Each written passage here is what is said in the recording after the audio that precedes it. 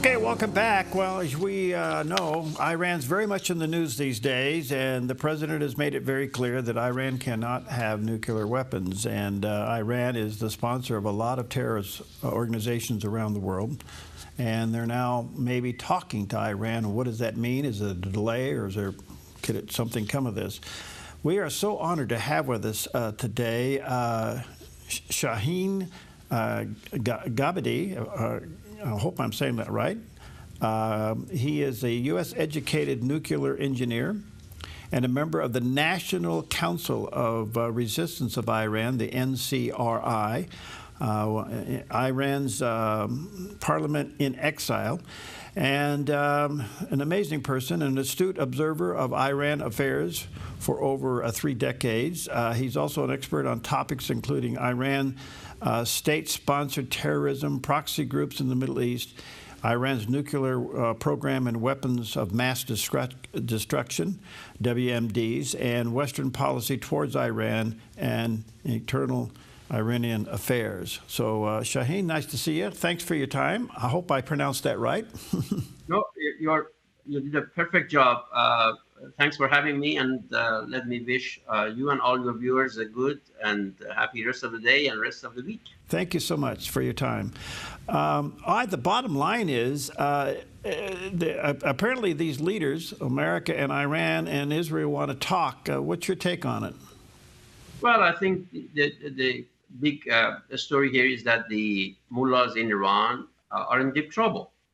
I think this has been missed for a long time, that the mullahs, the biggest enemies, are the Iranian people. In the last 7 years alone, there have been 4 major nationwide uprisings in Iran. Iranians from all walks of life, all age groups throughout the country, demanding a regime change by themselves, for a democratic republic. Obviously, each time the regime, with the brute force and sheer brutality of killing a large number of people and arresting thousands upon thousands, have stopped it for a period, but it has resurged again in a much bigger, more pervasive, more demanding. So I think, given everything, we are at the final phase of this regime. The Iranian people are truly determined to bring about a change by themselves, for themselves. And which would be a major, major change in the whole world, obviously for a better way. And you would see a new era, an era that Iran would be synonymous with peace, prosperity, tranquility, and good neighborly relations. And that, as I said, that would be a new dawn. And we have come this road after 4 decades of resistance. There's a viable democratic alternative in National Council of Resistance of Iran, which is a very strong network inside the country, and an identifiable leader in a woman, Madam Mariam Rajavi, with a clear-cut 10-point plan for the transitional period. So Iranians have come all this way with blood and toil, and I think the mullahs are in their last phase out. How, from your research and intelligence, how close are they to a nuke? They're very close. One has to keep in mind that while the world has focused on enrichment aspect of Iranian regime's nuclear program, in reality, a nuclear bomb is made of 3 different sections. Obviously, you need enriched uranium here, but you also need to make it a weapon, what's called in nuclear parlance weaponization. Also, you need a delivery system. Most recent ones, obviously, in recent period, is ballistic missiles. And very tellingly, the information by the National Council of Resistance of Iran, based on human intelligence, which has been compiled with great risk by the network of the People's Mujahideen Organization of Iran, the main resistance movement inside Iran, with a huge risk, shows that the mullahs have been working on all 3 aspects. What I'm saying is, while they have been enriching uranium to 60% plus purity, at the same time, they have been working non-stop at the weaponization aspect. And at the same time, they have been working on ballistic missiles and warheads. Mm-hmm. So yes, they have been working diligently for all 3 aspects, and the clock is ticking very fast on this. And you have to keep in mind that I'm talking on behalf of a movement that was the very first that blew the whistle on the mullah's nuclear program back in 1991 and then 2002, revealing their unknown secret sites for enrichment of uranium and working on plutonium. And if it were not for the NCRI revelations then and subsequent revelations, over 100 of them over the years, the mullahs would have had the bomb by now. So we are talking from a position of authority. We know we have people on the ground. And from what they provide us, the mullahs are very close. Okay.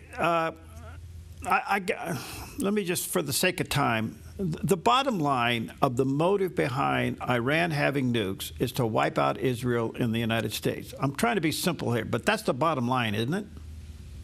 I think actually mullahs view it as the guarantor for their survival. You have to remember this regime has imposed itself to the Iranian people by force. They know that there's an ocean of blood between them and the Iranian people. To put it in perspective for you and for your viewers, in the last 40 years, more than 120,000 Iranian activists have been executed from the age of 13 to 72 for standing up against the mullahs for democracy, human rights, and gender equality. Wow. If you multiply that by, number of their relatives and siblings, you can see the overwhelming majority of the Iranian people want to get rid of this regime. Okay. The mullahs are fully cognizant of this. So they view the nuclear weapons as the only way out for their survival, which is obviously a threat to the whole world, and they should be stopped. But we think the ultimate solution is a regime change, but by the Iranian people and their sacrifice and their fight. So what do we want from the West, in particular the United States?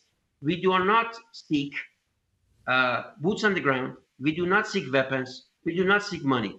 What we want is a good policy. And a good policy consists of this. First, much tougher sanctions, depriving them from the means to continue their drive and to keep paying their suppressive forces and their proxy groups in the region. Two, to activate the UN Security Council resolutions, which were suspended because of this nuclear agreement 10 years ago. Three, put Iran under Chapter 7 of the UN Security Council Charter, which means it's an international threat. Fourth is to recognize the right of the Iranian people to bring about a regime change for themselves and for the resistance units, which are affiliated to the MEK or People's Mujahideen Organization of Iran inside Iran, to stand up against the regime and its repressive forces. Okay. These are the steps we want the West to take and the US to take and take a lead. Okay. But as I said, nobody's asking for boots on the ground or weapons or money to that effect. No, I understand that. So the bottom line here is the United States has declared that Iran can't have a nuke. Israel understands that Iran can't have a nuke. We also understand that the Iranian people really want a regime change. So it appears to me that these talks are nothing more than an opportunity to delay. But there seems to be a line drawn in the sand by at least President Trump at the moment. I don't see any other way of stopping their nuclear program outside of military intervention. And could that include a regime change? Well, I think the ultimate solution is the regime change. That's the whole concept here is this is very much within reach. The regime has never been any weaker. Look, as I said, it has faced 4 uprisings in the last 7 years alone, each of them getting bigger, more pervasive, more inclusive, and more demanding. The people chant death to Khamenei, the supreme leader. They said death to oppressor, being the Shah, the former dictator, or the supreme leader, the current one. So people are basically done with this regime. And also you have to add to the equation the fact that the regime has been much, much weaker regionally. It has received blows after blows, particularly in 2024. Hezbollah, their main proxy in the region, has been basically put out of action. Houthis are getting beaten. And the most importantly, the Bashar Assad regime in Syria, which was the linchpin of this regime's strategy for the past 4 decades in the region, is gone. So the regime has never been any weaker at home and in the region. All the world should do is to stand on the side of the Iranian people and their desire, and that will change the whole paradigm much quicker than people think. Look, nobody thought that Bashar Assad would be gone in 11 days. And trust me, this regime is much weaker. They are basically sitting in a glass house. They want to look strong, but they are very, very weak. we are at the end of 4 decades of this regime plundering the Iranian people and people standing up to them. So I think the important factor here is bringing the people and the resistance into the equation. This has been the main missing link, missing element in the Iran paradigm. And if we bring that in, that will change the whole equation much, much faster than one can possibly think. How weakened have they become with the attacks against Hezbollah, the Houthis, and Hamas? Much, much weaker. You see, this regime from the day one has survived on 2 pillars. One is repression at home. I just mentioned 120,000 executions. One has to think for a second and try to grasp that number. 120,000 activists, men and women, young and old, all over the country. That means that there's a deep-rooted resistance and desire for change. They survived on, this kind of a brute repression, also on this meddling in the region, propping up proxies and belligerents. And on both ends, they have received, severe beatings. So that's why Khamenei is rushing to get the bomb as the only chance, because they know they have no other way for survival. The regime has never been any weaker. The economy is in tank. To give an idea, the Iranian inflation is more than 100% a year. The Iranian currency today is less valued than half value of what it had last year this time. And can you imagine if that would have happened in the United States, what kind of a backlash you would have? Unemployment is more than 50%. 70% of the population, 70% of the people live below the poverty line. And Iran is a very rich country, and people know that. So as you say, all the chickens are coming home to roost at the same time for the mullahs. They have never been any weaker. So if there's some kind of action, military action against Iran, whether it's a combination of the United States or Israel, however that works out, at the end of the day, most of civilians want a regime change. They'd like to see this gone. So it would seem to me, in order to be humane about it, you would almost have to leave their ability to exist intact, which would mean their refineries. So you could take out the nukes, take out the regime, and leave the people and their ability to make money. Yeah, I would say this. There's no love lost between the people and the regime whatsoever. Yeah. But a good policy, which I just enumerated for you, things will start moving so fast that it's quite, I would say, unprecedented. And mullahs know this full well. So far as the talks are concerned, we hope that it will lead to dismantling of the regime's nuclear program in its entirety. All the enrichment, all the ballistic missile program. But Khamenei realizes that if he does that, the end is very, very close. He has the experience of Gaddafi in Libya and so on and so forth. So from every aspect, we are seeing a confluence of several factors. And as I said, what's the most important here is to bring in the elemental people and the organized resistance. That's what the regime has for years asked the West to ignore. And that's a game changer. That will change the whole equilibrium. That will change the whole paradigm. Yeah.